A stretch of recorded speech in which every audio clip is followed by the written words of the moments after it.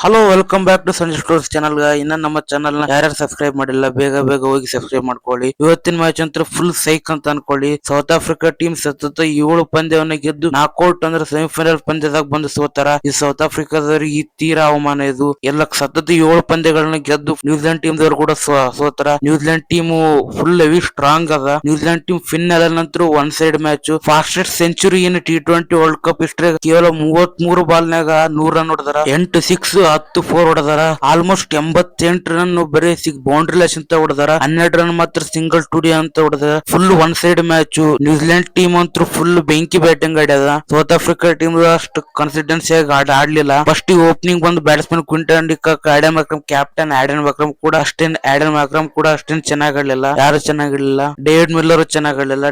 David Brevis, Marco Jansen ಬಂದು 50 ಹೊಡೆದಕ್ಕ 150 plus ದಾಟಿದ್ರು ಸೌತ್ ಆಫ್ರಿಕಾ ಟೀಮ್. ಇಲ್ಲಾಂದ್ರೆ 120 130 ಆಲ್ ಔಟ್ ಆಗ್ತಿದ್ರು. ನ್ಯೂಜಿಲೆಂಡ್ ಟೀಮ್ ಫೈನಲ್ ಕ್ವಾಲಿಫೈ ಆಗಿದೆ.